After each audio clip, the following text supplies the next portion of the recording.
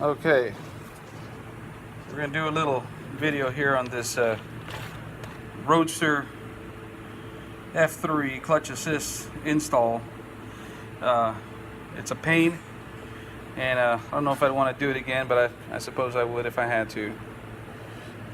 So I'm not doing this at my house. I don't even own this thing. This belongs to a customer. But there are just some things. There are some things that are simple, and other things that may need a few tips on. Number one is the very first thing they want you to do, which is to unhook the clutch vent hose from the snorkel, from the intake snorkel, which is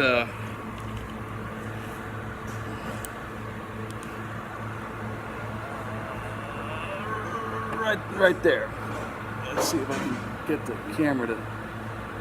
Okay, so I've been reading a lot of people that have been breaking the nipple off with trying to get that hose off, and what I found to be easiest is just to take a long flathead screwdriver, get it at the end of where the hose connects to it, and just push it down, and it came off. No big deal. They want you to cut it. Now, other things that people have been struggling with that I've been reading is they can't seem to mount the where the solenoid actually goes, which is right up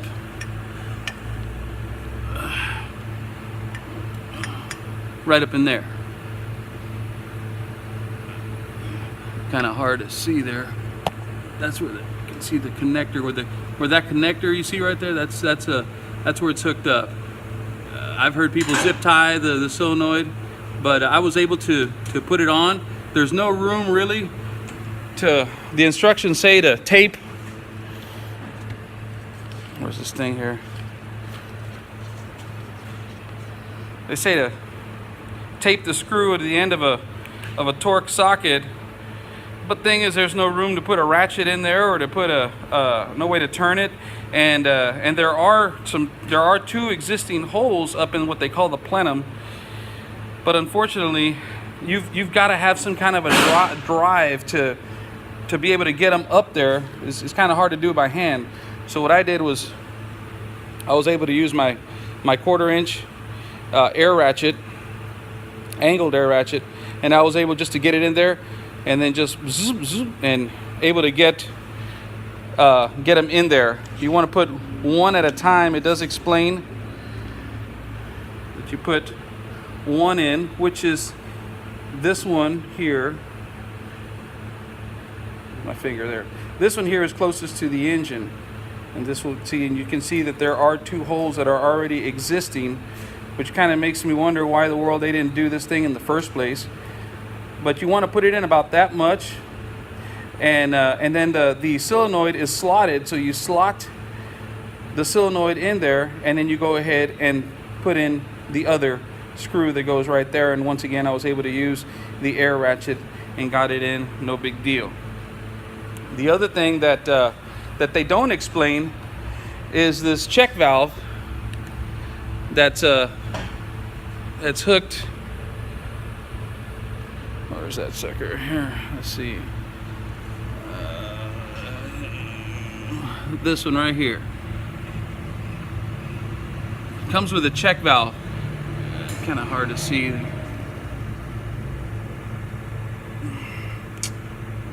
Either way, they don't explain in the they don't even mention the check valve as far as what direction it gets installed, and so it was really frustrating.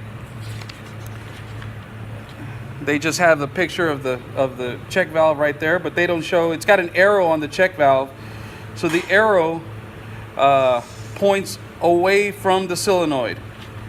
So the diagram that they have right here. See how this all goes. So this is going to come out of the solenoid and the hose, and the check valve is going to point that way, away from the solenoid onto the plenum, onto the intake plenum. And that area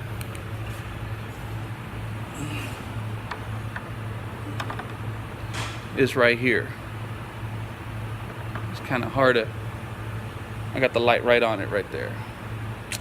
It's horrible.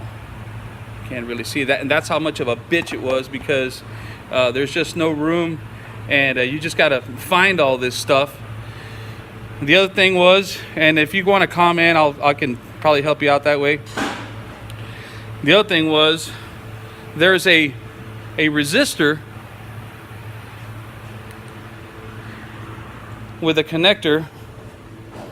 I'm pretty sure I put it in here. There you go. This thing right here. You got to find this thing disconnected from the engine harness, and it's normally, this is the ECM, and so it's caught, it's zip tied actually behind here.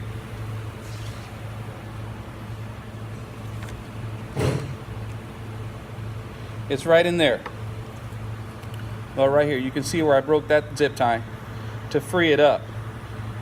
When you take this connector loose, it's going to have a wire clip that you got to pop off, and then you disconnect it, pull it. Then you go ahead and run the plug, the connector from the harness. Take that, and that's what you're going to plug in to the solenoid. And I've got it. I got the light right on it, right there. And that's what you're going to plug in. Everything else is pretty simple as far as where everything goes. There's actually a good diagram with the part numbers in color right here, but they mention nothing about the direction of the check valve, and poor pictures of this resistor here. So I had to, it's because it's taped off. It's not like this. It's completely taped off, and so I had to pretty much find it and just cut it down. And I saw that you can see the resistors in there. And unplug that, and then you plug it in. And I'm going to say that the results are there. I don't believe it's black and white. I don't believe that the outcome is like overwhelming, but it is better. And because it works electronically through a solenoid, it's gonna feel better when the engine is running, not necessarily when it's just at a standstill parked the way this is right here. So hopefully this helps a lot of you folks out. And if you have any questions, you can feel free to comment.